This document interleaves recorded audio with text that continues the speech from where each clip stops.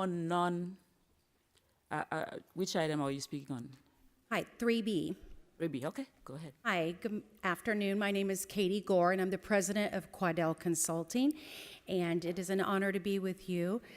Our address is 10 West Market Street in Indianapolis, and the agenda item is specifically related to contract management of the Housing Choice Voucher Program. And just a real quick bio about who I am and how I lead. Personally, I come from a family of single mother, 4 kids, and we were homeless when I was young. We lived in a tent for several months.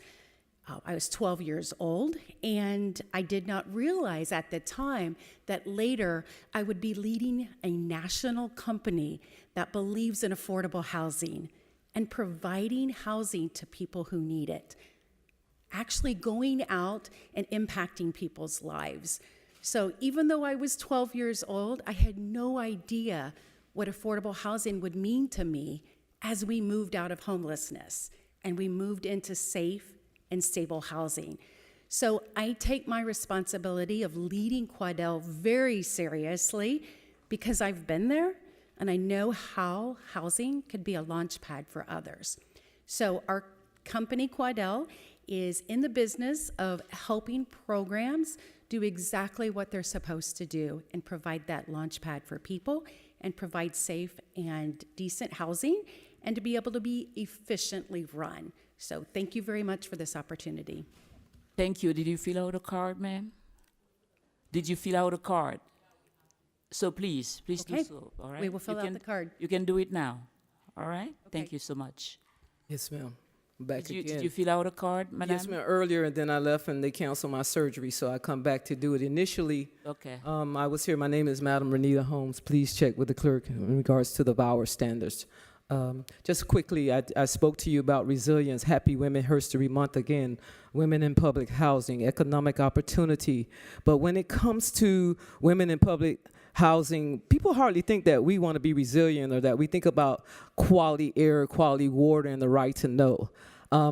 There are those of us in industry, particularly those of us with resilience who've graduated, been certified. But when I look at Section 3 and I think about the economic opportunity, and I love this lady, I would love to meet you, talk about economic opportunity in the industry or economic opportunity in public housing. I think African-American inner city women and inner city women of all divides have been a little bit screwed. I heard you mention the promise.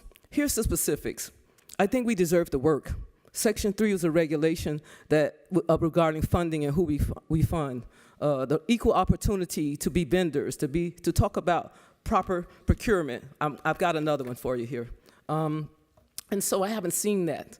Lastly, I'm going to leave this here because if you're interested, you contact me. You know I'm still trying to get in there, meet you. We don't want to come on another project, particularly Liberty Square, and have a male come in our face simply because we're being professionals. I'm going to be honest and straight up. I'm so sick of it. We had an incident down here. So why are women who are trying to work, who are provided economic opportunity, and who are protected by federal regulation being assaulted? I just say this. I'm woman enough and lady enough not to show it, but I'm professional enough to know the power of vision. We need to protect women in public housing. We need to protect women who are in the industry of building, and we need to protect the promise that was made to us. I'd like to know who's doing the monitoring and the performance on Section 3.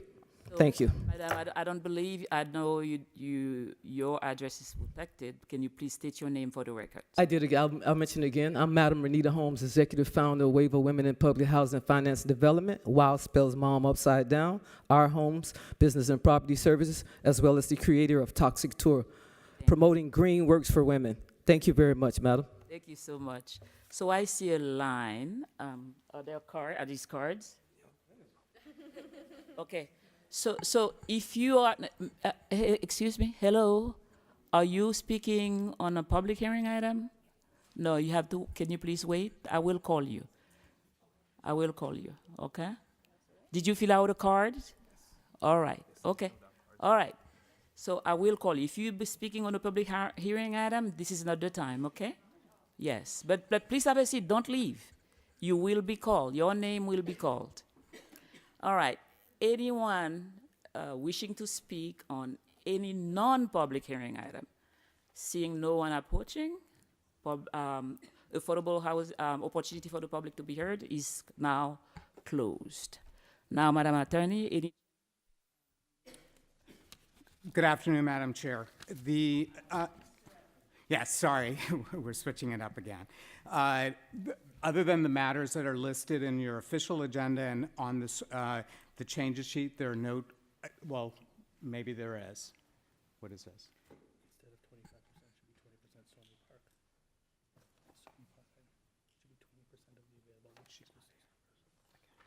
Okay. Sorry about that, Madam Chair. Other than the matters that are on the changes sheet, there are no other additional changes to your agenda, so a motion to set the agenda is in order. So moved. Second? Thank you. All in favor of moving, setting the agenda, say aye. Aye. All right. Now, does anyone wish to bifurcate any of the items? Yes, Madam Chair, I'd like to bifurcate 1G1 and 3B. 1G1 and 3B. Anyone else? Okay.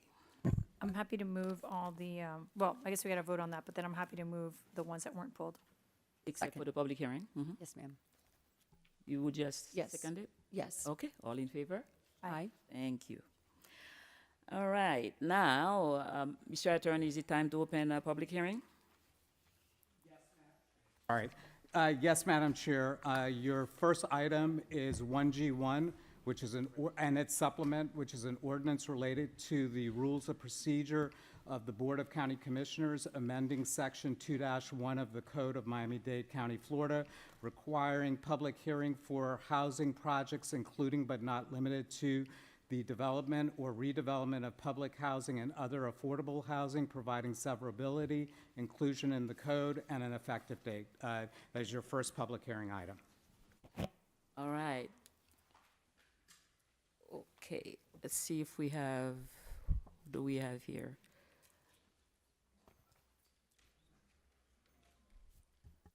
One G1, Erika Scott.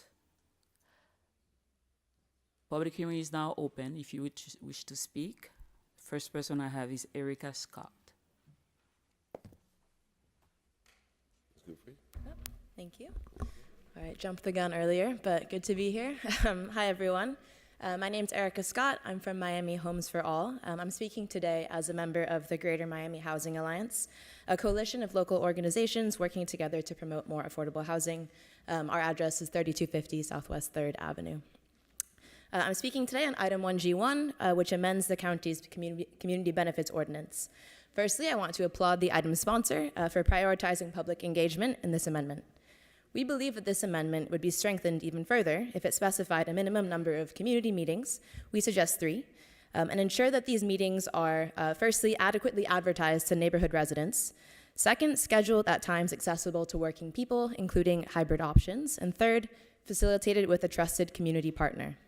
We also suggest that the statement of community benefits include information about the number of housing units that would be affordable to the neighborhood residents earning the area median income. This will help the public evaluate whether and how a proposed development addresses the housing needs of the surrounding neighborhood. Thank you once again for your leadership on this issue. Thank you. I'm gonna call now Reverend Charlene Stevens. I'm gonna call more than one. Please approach the well. Venina Claus, Kalila Abdullah. You can line up on both sides. Bianca Montenegro.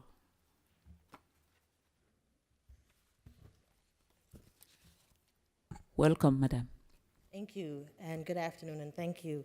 I'm Reverend Charlene Stevens. I am the pastor, senior pastor of Ebenezer United Methodist Church, Can you please state your address, give your address? and I'm a resident of Miami-Dade County at 789 Northwest 153rd Street. Right? Yeah. I'm here in support of item 1G. As a pastor in the community, I have members of my congregation who lived in Liberty Square and who, unfortunately, have not been the recipients of the benefits that were promised to them. And so it's important for our public meetings to allow members of the community to participate in what's happening, to be able to give voice to what would be issues and decisions that are made about their own life and where they would live, and that it happened in a moment and time that they're able to get access and participate in times in the afternoons and or virtual and hybrid options as well, so that they can actually engage in their life and in the work that's happening to them.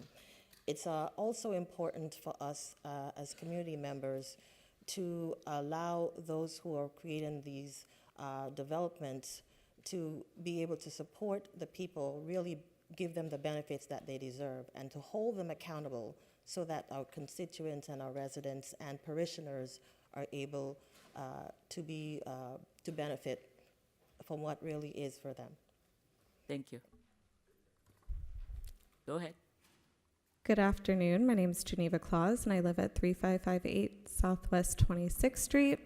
I'm here again also to speak on item 1G1. I'm a senior organizer with PACT, which stands for People Acting for Community Together.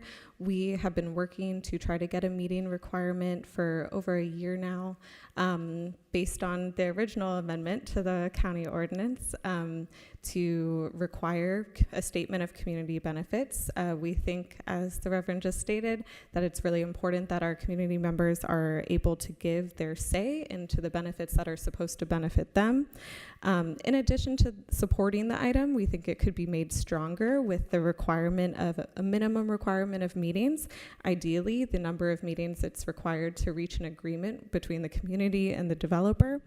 Also, if there's any costs associated with advertising the meetings, we think that that should be on the developer to pay for those costs associated, because we've been to multiple meetings where residents that are right next to where the planned development is don't even know that a meeting is happening and that they can participate in it, and we think that we can do better.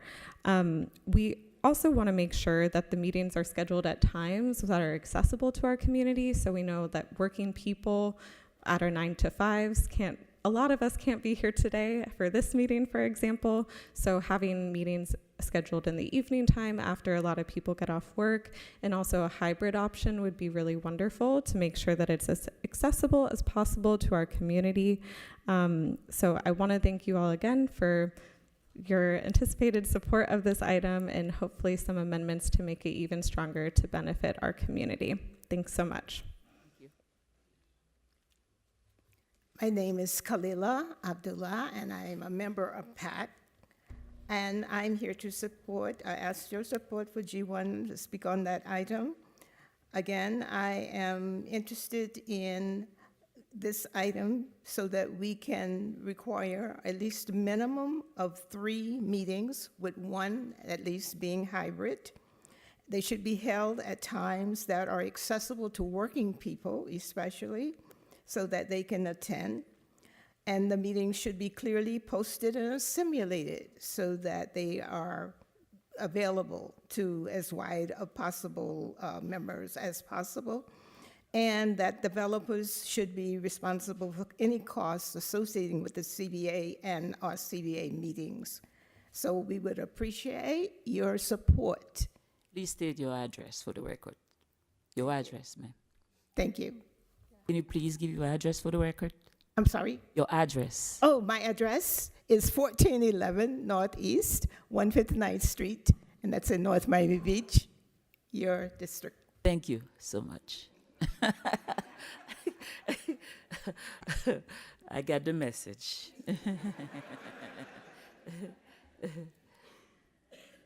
Good afternoon. Go ahead, ma'am. Welcome. My name is Bianca Montenegro. I live at 13710 Southwest 272nd Street. That's in Naranja, 33032. Thank you for your time today. I'm here also in support of 1G.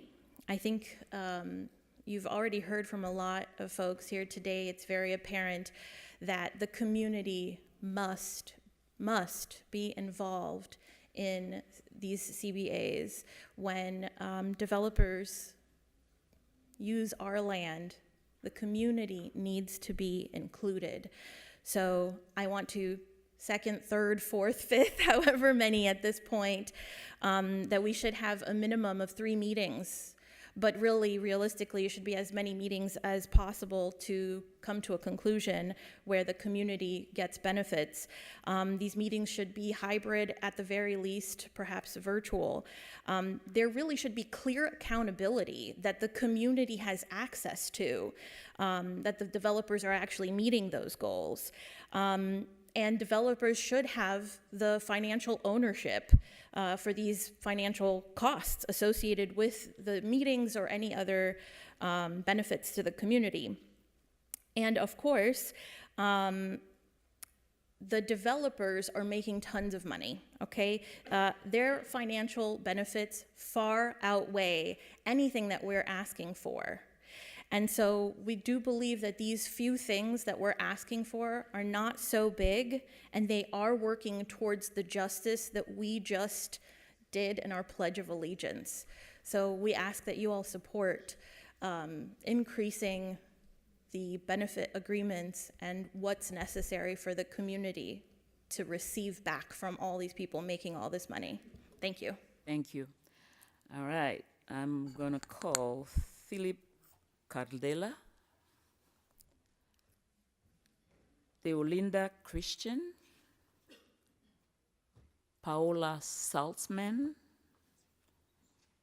and Arlette Adams. Please approach, state your name and address for the records, and you have 2 minutes. Thank you for raising that. My name is Philip Cardella. I live at 3230 Southwest 94th Court, and I am here to speak in support of 1G1. And the first thing I want to say, though, it's a great day for democracy, isn't it? I am so glad to be here and to be able to speak with you folks. I'm so glad to be listened to, and for my colleagues from PACT to be listened to. I'm not going to say anything new besides thank you for listening, but we at PACT really have thought about this a lot. For whatever that's worth, we do a lot of work in the community, and we really believe that the CBA here amendment is incredibly important. We believe that adding to it, that there's 3 or more meetings that are accessible to the communities impacted are important. We want this clearly communicated to that community, preferably on the county website. And we want the developer to end up having to pay for the meetings, not because, you know, we're anti-developer. We want these things built, right? We want them to be fully engaged as partners with the community impacted. And we want clear accountability. So that's what I've got to say. Thank you for listening to us, and have a great day. Thank you so much, sir. Ma'am? Good afternoon, Madam Chair and the Housing Committee. My name is Arlette Adams. I'm here on behalf of the Annie Coleman 14 Resident Council, address 2455 Northwest 46th Street, Miami, Florida. I am here in support of item 1G1, and I also would love to see that this item have a minimum number of meetings, as well as when a community benefit agreement is drafted and agreed upon, that there is appropriate oversight and accountability to ensure that the community and the residents do get the benefits promised. Thank you. Thank you so much. I was gonna say, even if you have you sign for 1G1 and you have the same exact message, you can wave in support. You don't need to take the 2 minutes, and then you did it. Thank you so much. All right. Okay. So, yes, that was nice. Yeah, she got it. Paula Saltzman, did you spoke already? Oh, you took my message. Okay, all right. All right, how about Madeleine Menard? All of you in support. Why don't you just stand up and be recognized? All of you in support of 1G1. All right. Thank you so much. You know that I pass legislations on this dais to encourage civic participation. So when I see you coming, you know that my heart is really singing, right? So thank you so much for coming and for speaking. And anyone else wishes to speak for this public hearing? Okay. Seeing no one approaching the well, public hearing is now closed. Before we move to bifurcated items, I'd like to welcome Councilwoman Maggie Stimer-Irvin from the city of North Miami. Please stand up and be recognized. Thank you. All right.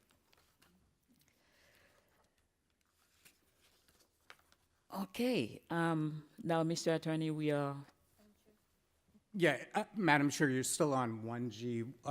1G1. Oh, yes, we do have Can I say- 1G. Yes, I go have ahead. I bifurcated. think she pulled it, but Yes. I want to say something on 1G1, whenever.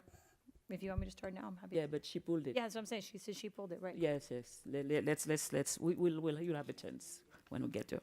All right, Mr. Attorney. Yes, of course. Yes, Mr. Attorney, will you read the item, please?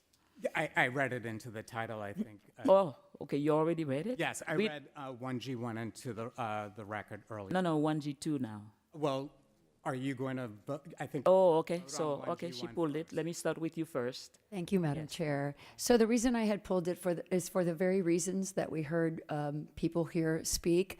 A lot of my constituents have spent a great deal of time trying to find agreement with developers when they come, and oftentimes the one meeting will certainly not be enough. 2 wouldn't be enough. Certainly a minimum of 3 is a reasonable request. So I had hoped to make an amendment here at the committee that would in fact say that we would entertain a minimum of 3 or such number is required by federal law, because some of our federal housing laws require 5 or even more. And so I would like to amend it if it's the will of the board to at least make that very clear. I read the item and I realized it's vague. It's very vague, and I understand now why so much of the community is worried that sometimes we must be prescriptive in legislation and really spell it out. And so that would be an amendment that I would entertain. I also understand that oftentimes people don't know that these meetings are taking place. So some sort of a clear notice. I know that when I'm going to host a town hall meeting, I go door to door and leave a flyer, because I think that people need to know that we're going to have a discussion around things that are important. And this is obviously much more important of an item that would require people knowing that it's taking place.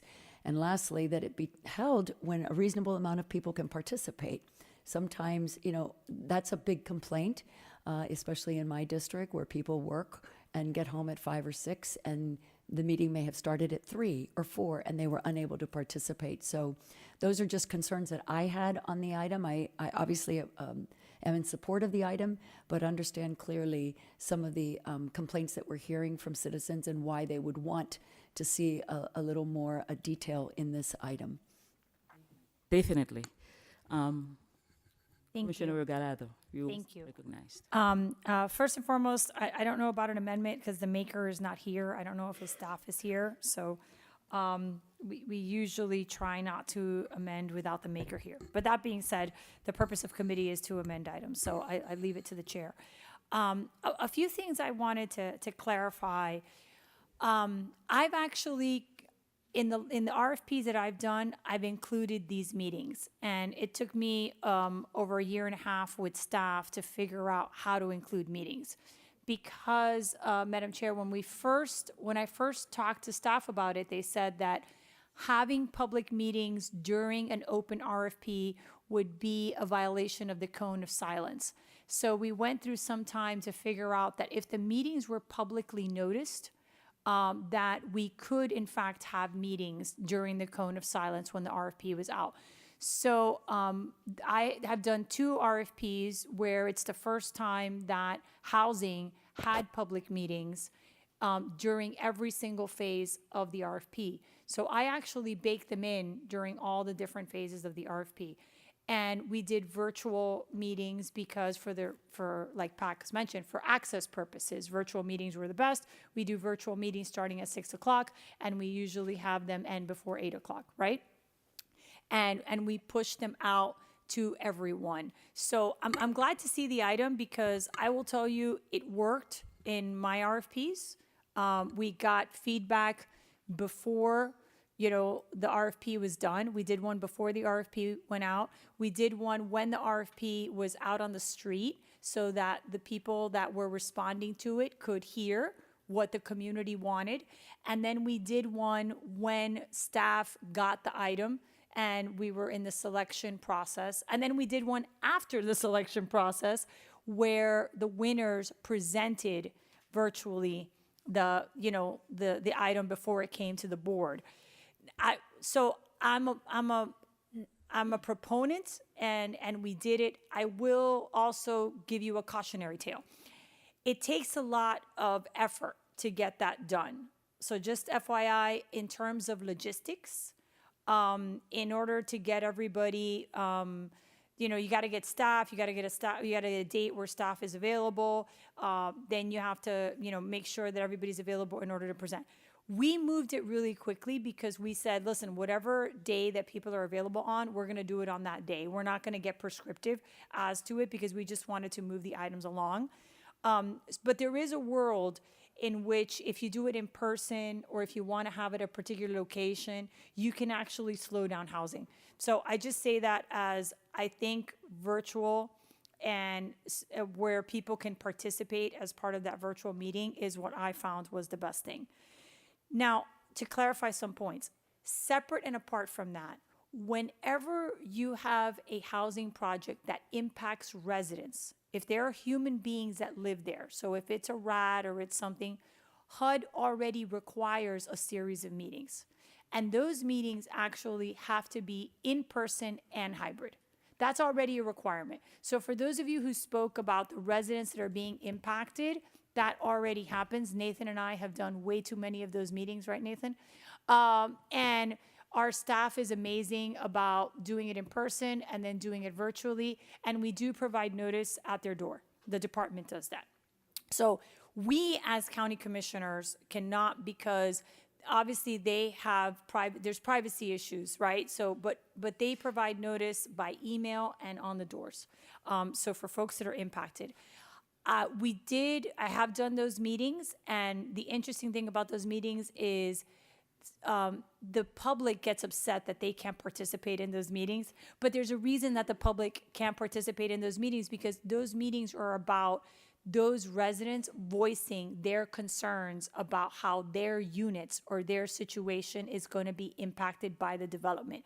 So it's a very different meeting from a general public meeting for people that might be applying to live in that development.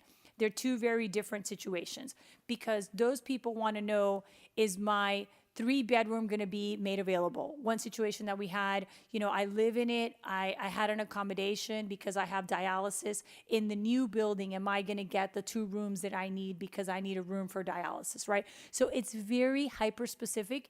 And as part of the HUD rules, you also get a caseworker that works with you, and the department facilitates that so that the transition works well. The other thing I wanted to mention is someone said, well, we want to amend this item so that the community that is impacted. Okay, this, obviously I represent Coconut Grove. This is an ongoing issue, and one of the things that I think it's important to note is HUD does not allow us to limit who can apply and who the meeting goes out to. So we can do outreach in the community, right? But we cannot be hyper prescriptive about it because we violate HUD rules. However, I have found a workaround on that. And what I have done in my district, through my district office, is we hire local organizations that do the outreach for us and help as a facilitator so that when folks in that neighborhood are applying, they have a facilitator. So you can do that. That is not in violation of the HUD rules, but our department you have to be very careful in that every one of these projects is supposed to be offered to everyone in Miami-Dade County. So I have been working at the national level to change the HUD rule specifically for areas where people have been displaced. So in the case of Coconut Grove in South Miami, people were displaced there because of Miami-Dade County. So my amendment to that HUD rule is if you have human beings that have been displaced from a community because of the actions of government, they should be allowed a separate opportunity to come back to those communities. But there has been a lot of litigation on that. There's like a Supreme Court case on it, and we are currently working with HUD, and they did open a section, and we had people input, and now they're rethinking that rule to see if an exception could be created for communities that were displaced. So I think that we should definitely add virtual to this item. I think that the key is not the number of meetings. I think it's when in the process you have those meetings.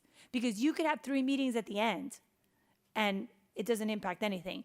You need to have the meetings at the different phases, the way that we do them. So we do a meeting before the RFP, we do a meeting during the RFP, and we do a meeting at the end. So I would just say if we are gonna be more prescriptive about when the meetings happen, it should be at those phases and not simply just having the meetings. And in terms of notice, I would just say it's just a matter of amending it to say that the notice for these meetings are going to follow the already existing HUD rules so that there's consistency. The already existing HUD rules say you have to provide access, you have to provide notice. It has to be at a time where people, can attend, and usually that there has to be a virtual component. So, thank you, Madam Chair. Thank you, Commissioner Regalado. Anyone else?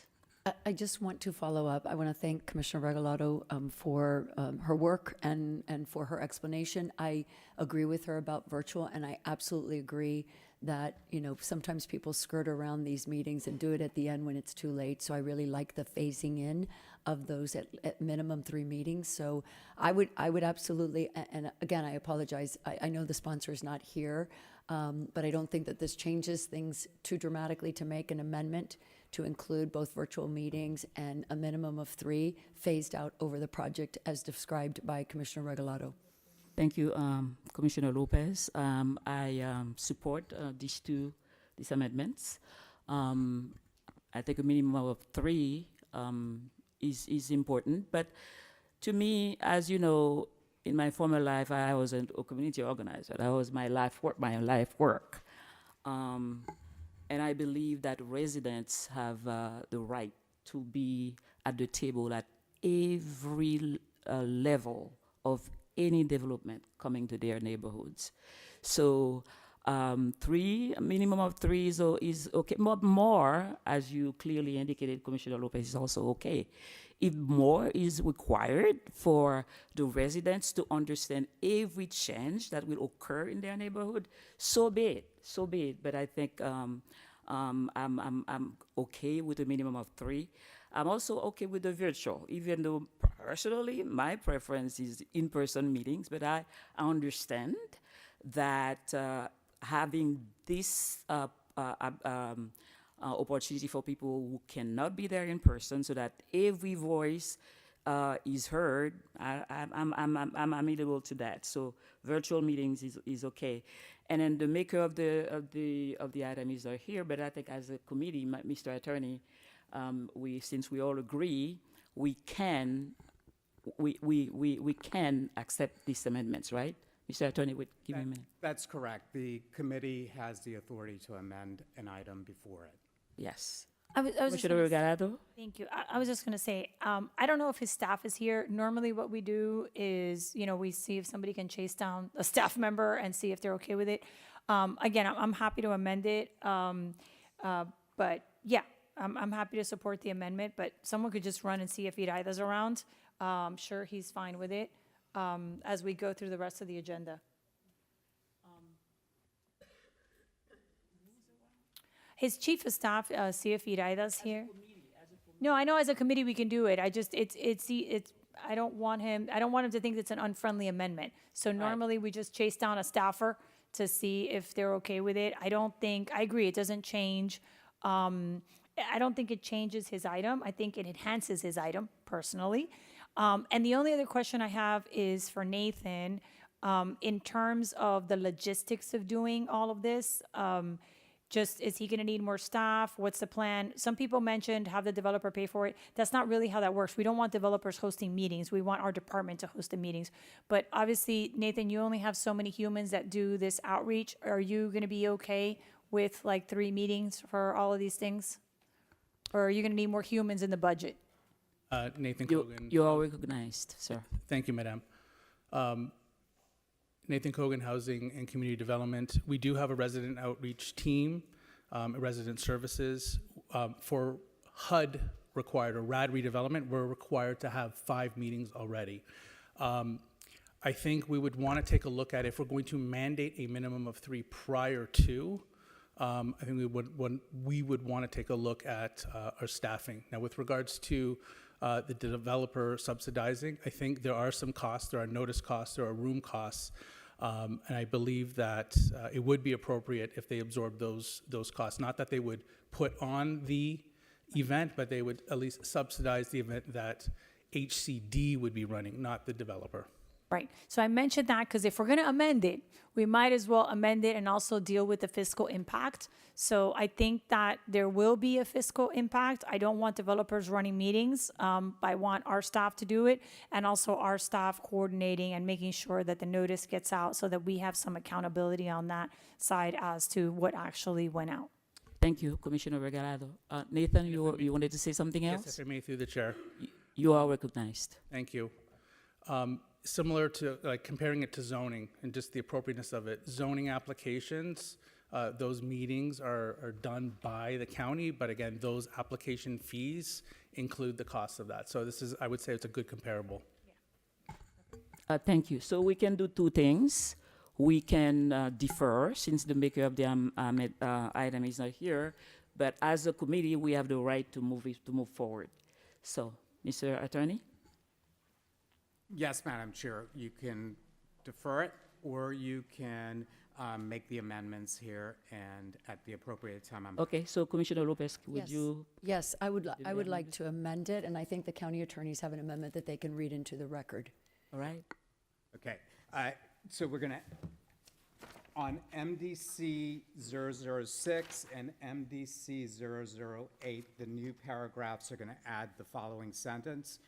The county mayor or the county mayor's designee shall hold a minimum of 3 public meetings of, or such other number of meetings as required by federal laws, regulations, or HUD directives.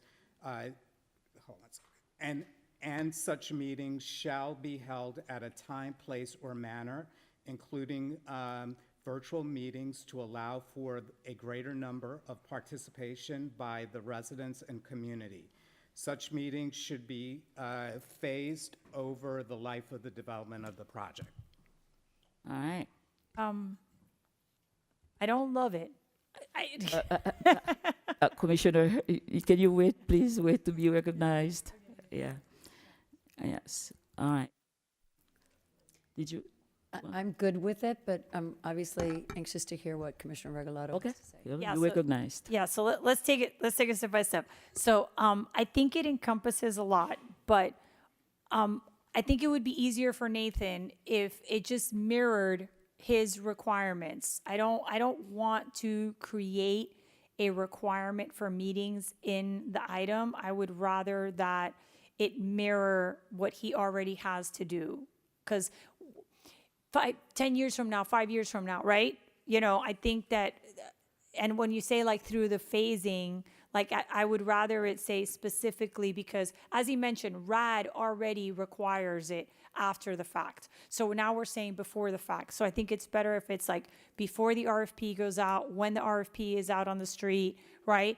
And when the selection committee has, you know, just saying phases, what are those phases? I mean, we understand what those phases are. You understand what those phases are.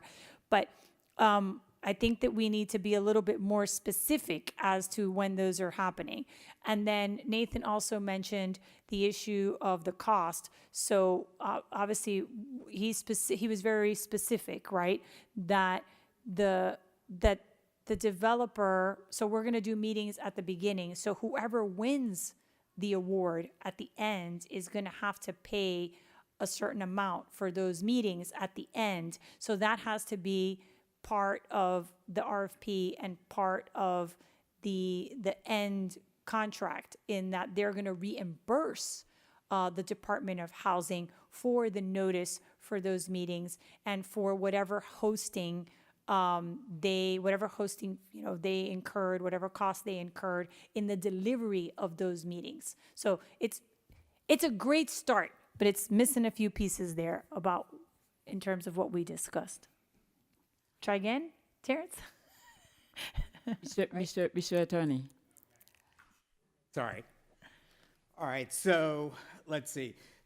As I understand, the maker of the motion wants the minimum of 3 meetings and then such other that are required by federal law. So for example, you're already increasing the number of meetings that may be required by other regulations of HUD. So I'll give you an example.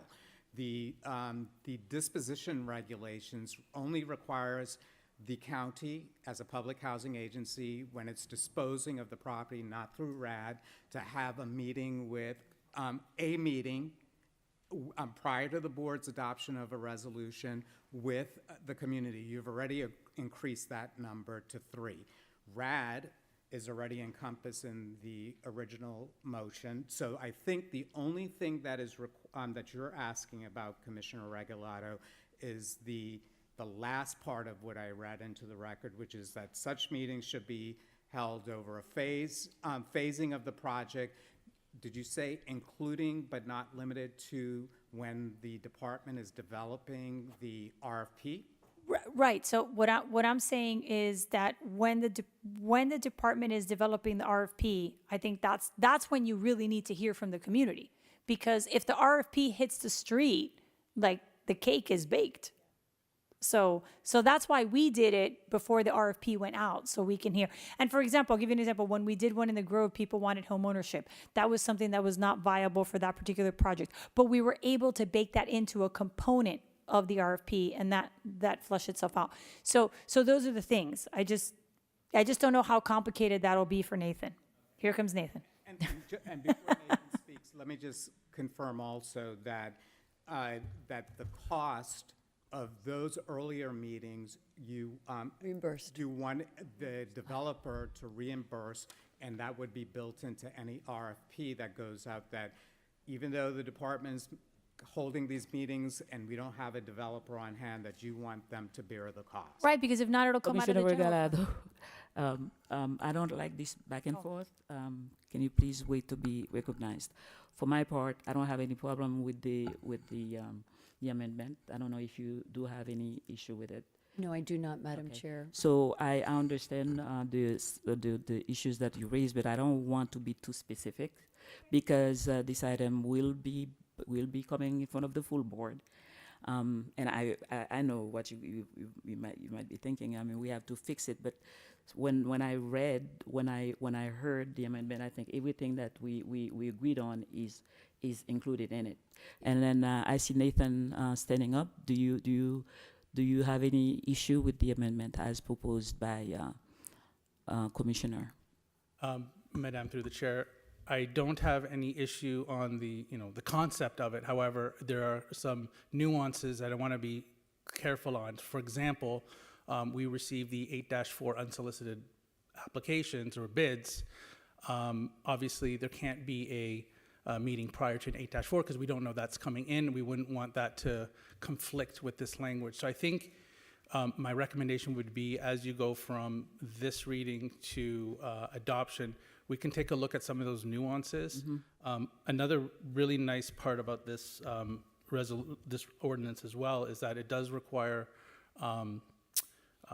consultation with the district commissioner. In the event that a district commissioner may not want to have the 3 meetings, I think that should be up to the discretion of the commissioner, because since they'll be viewing those meetings, there could be instances where a meeting for the sake of a meeting just doesn't make sense. And the last thing I want to put out there too is we're doing this with the assumption that we're going to get positive comments and constructive criticism from the community to make a project better.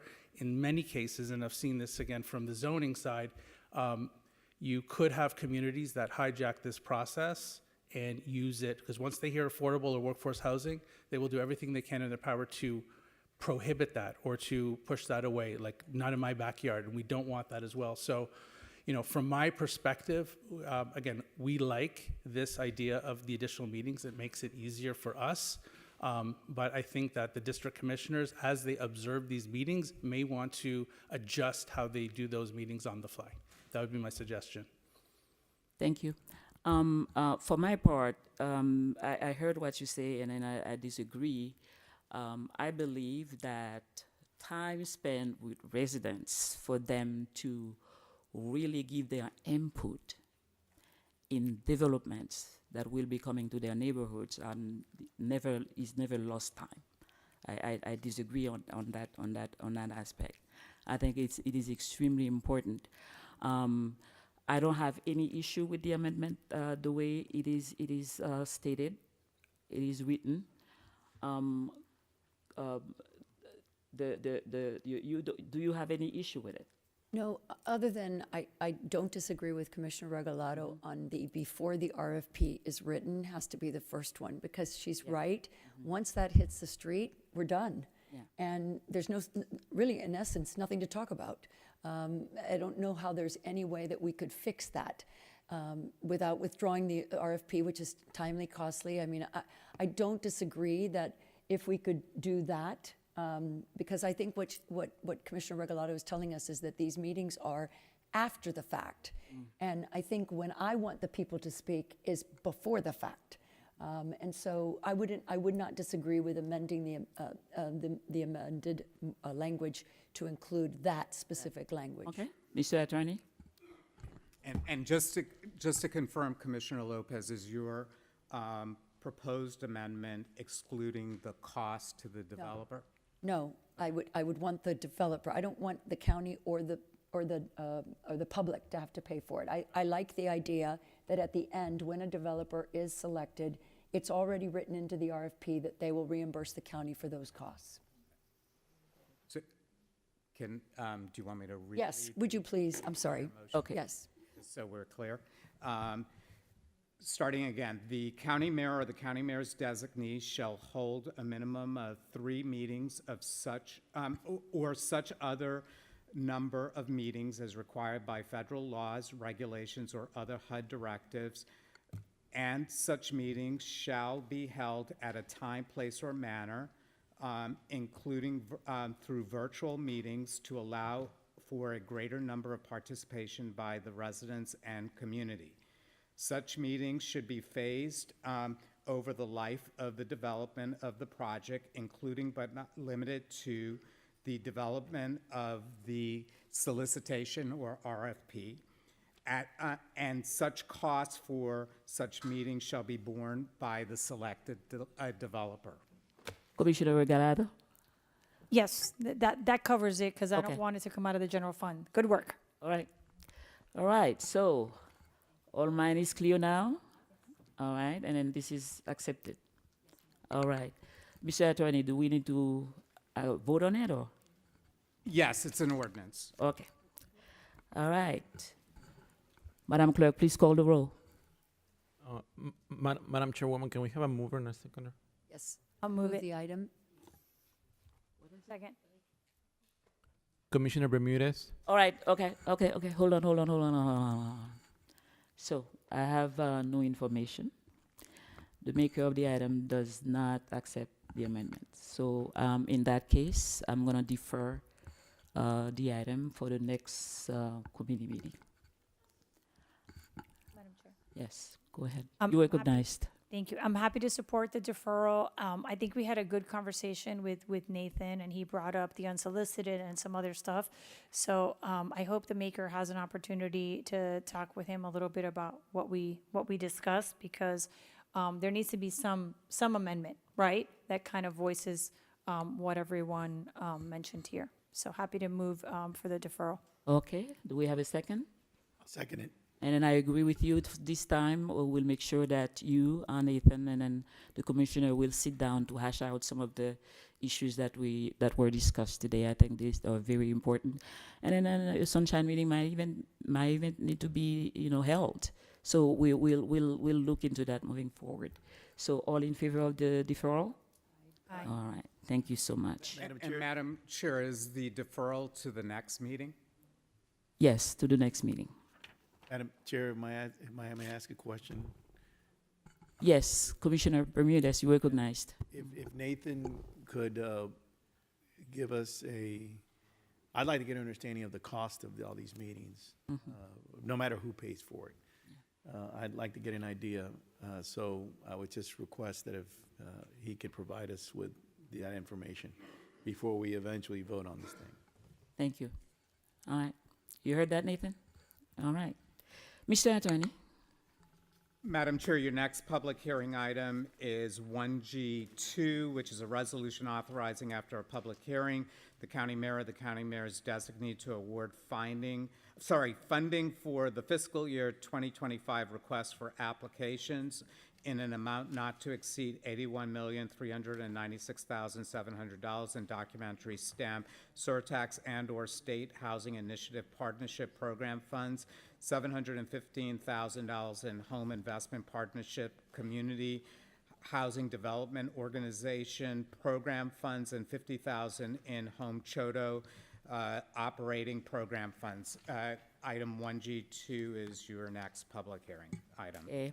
Thank you. I don't have any cards. Is there anyone wishing to speak? I'd like to open public hearings in case anyone wishes to speak on the item. Seeing no one approaching, public hearing is now closed. Now, any of the commissioners wants to? Okay. All right. Do I have a motion? So moved. Second. All right. Madam Clerk, please call the roll. Commissioner Bermudez.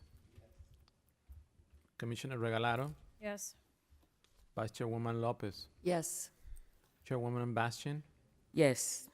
Motion passes unanimously. All right. Mr. Attorney? Yes, Madam Chair, your last public hearing item is 1G3, which is a resolution approving of and authorizing, after a public hearing, the county mayor or county mayor's designee to submit the fiscal year 2025-26 Public Housing Capital Fund Program Plan to the United States Department of Housing and Urban Development for final approval. A public hearing on this item is now open. No one is approaching. Public hearing is now closed. Any comment on 1G3? Seeing none, do I have a motion to move the item? Move it. All right. Madam Clerk, please call the roll. Commissioner Regalado. Yes. Commissioner Bermudez. Vice Chairwoman Lopez. Yes. Chairwoman Bastian. Yes. Motion passes unanimously. All right. So now, Mr. Attorney, we go to the pull-up item. Yes, your last item is item 3B, which has been pulled by Commissioner Lopez. Resolution approving award of two contracts, number EVN 0014230, Section 8 housing voucher services for Category A and Category B to Quadell Consulting and Training, LLC. All right. Commissioner Lopez, you recognized. Thank you so much, Madam Chair. I just wanted to point out that I recently visited some of my senior buildings where everyone has a Section 8 voucher, and discovered that in some of the buildings, and this is all in one area, some of the buildings the residents have the capacity to renew their Section 8 voucher at the management office. Yet others, right next door, the elderly are forced to come to the county to renew them. And I just don't understand why, and is there any way in which we can make this easier, in particular because many of my residents do not have transportation or they're immobile. We should at least try to make this easy for Section 8 recipients to be able to renew them right on property. So I didn't know whether there was something we could do about that in this item or we have to do something different. But All right. Nathan, would you like to answer that? I think it's a good idea. It's a great idea. Yes, through the chair, Nathan Cogan, Housing and Community Development.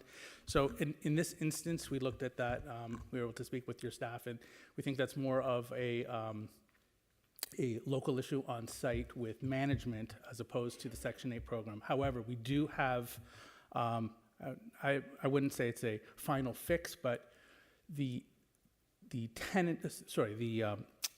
project-based voucher, which runs with the unit, which is this case here, we're bringing that portion in-house, which means we're going to have more oversight over the project-based voucher. So when it comes to all these buildings that are under our auspice, we will have better control of that, meaning when these issues arise, or we could prevent a lot of these issues that come up. So before that, was separate under the previous contract.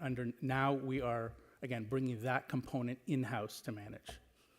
Madam Chair, if I may, as a follow-up. You were recognized. Thank you so much. But couldn't we mandate, now that you're taking it in, I mean, so what if the management company, I would say part of the contract is that the management company should be able to have the capacity to renew the vouchers on site. I mean, it seems reasonable. I think we can do that, but it wouldn't be with this contract because they're not on site. They're the overall contractor to administer the Section 8. When I'm saying management would be like TRG in this example, to work with them to ensure that they're assisting their residents appropriately. But I would see that as separate from this type of contract. You said it. Are you okay? Excuse me, I'm just not okay with that. I mean, Go ahead. It's very simple. We either mandate that whoever is managing the property, or all of them told me there's an office where I can go, and in some cases I can do my renewal at that office, and in other cases they tell me that I have to go downtown.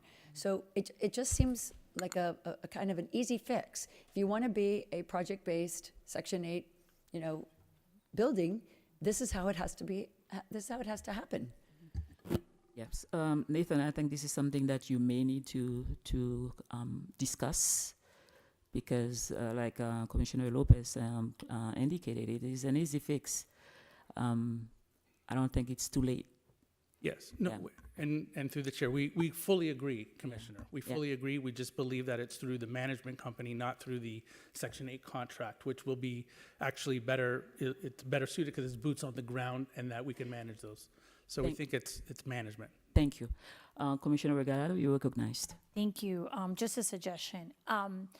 As a committee, we could draft an item, and you could draft it with Nathan. So we could now vote, and you could have an item, and you could do it. Or you can request it, whatever you like. But the nuance that I think is important there, to Nathan's point, is these are individual contracts. And there is a world in which someone has a duplex, and they have a Section 8 voucher. So, technically, can they renew it on site? Is someone going to go out to a duplex, for that? So I think you have to decide what is the number that triggers the ability to do this on site. So it can't be 1, it's not 2, it might be 10, it depends. What is a Section 8 housing? We have RAD buildings that have 10 Section 8s or 20 Section 8s. Is that a Section 8 building? No. And those are individual development agreements. So maybe the fix is, from a policy perspective for the department, every time that a location is given more than 10 vouchers, they have to do X, Y, and Z. And then that'll allow him to deploy that, like through that. But then we're going to get into the same thing. Like, how does the department get reimbursed for that? Right. So there is some work that needs to be done as to the logistics of that. I think we all agree that it's the best thing.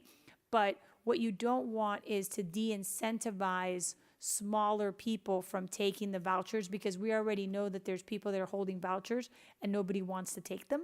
So you don't want to create a situation where you burden the landlord, because it might be a small landlord. It might be someone that doesn't have access. So all things to consider. Thank you. But you did indicate that some residents are able to do it on site and Correct. others do not. So why the discrepancy? And through the chair, that's what we're looking at, because this is the same complex. It's the Robert King Heights, a rather large complex. So that's where we need to work with management to see why that's happening. Frankly, we agree. It should be equal across the board. Okay. I really would like to have you reporting back to me, about that, okay? Would you like to bring that back for the next meeting? Yes. I will. Thank you so much. Madam Chair, if I Yes. just might add, Go ahead. it's not just that community. I wonder how it's happening across the county, right? And I do believe it is happening across the county. And to Commissioner Regalado's point, clearly I was referring to large buildings where we have lots of Section 8 vouchers. So I don't disagree with her that it's good to look to see whether it should be 10 or more, whatever the magic number is, I guess I would say. So this is certainly something that if Nathan could, kind of come up with something that's reasonable, and again, how it would be implemented, I think is important, in the cost as well. I believe that any time we can make things easy for residents, especially elderly residents, we ought to do our utmost best. And I trust you. You will do your utmost best. And I think through the chair, what we'll do is we will do an inventory of our project base and the location, and we'll have some data that looks at what the commissioner's asking for. So we'll do a survey. Okay. I'll be looking up for the information. Thank you so I'm much. happy to move Nathan. this item. Yes, do you have a second? Okay. All in favor, say hi. Aye. All right. Madam Chair? Yes. The item that we passed in consent 2E that I am the sponsor of, it has a Scribner's error on page 5. The second sentence says 25% when it should be 20.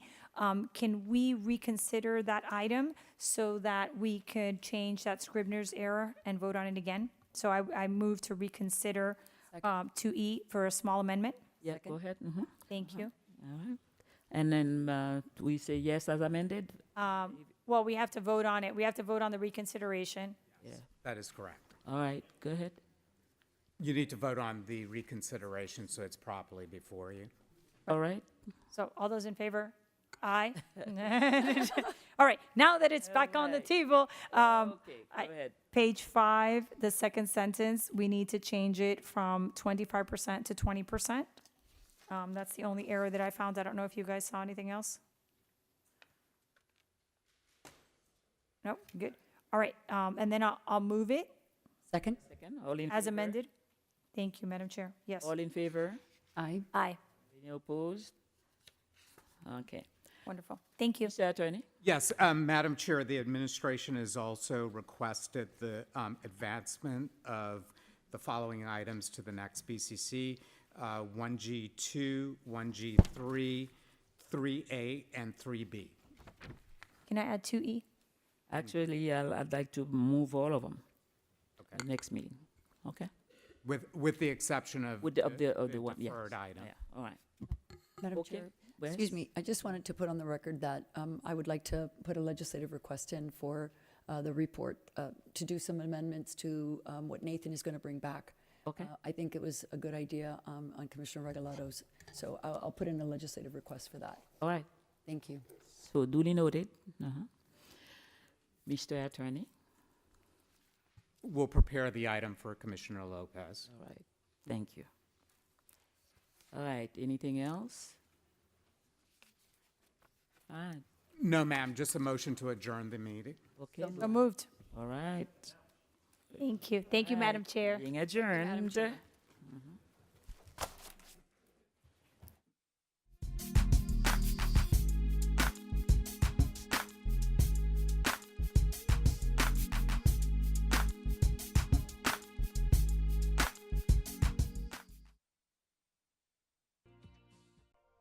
Côté Miami-Dade a amélioré encore réseau meilleur autobus noir.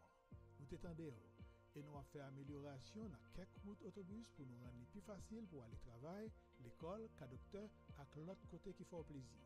Passagers métrobus qui ont planifié un voyage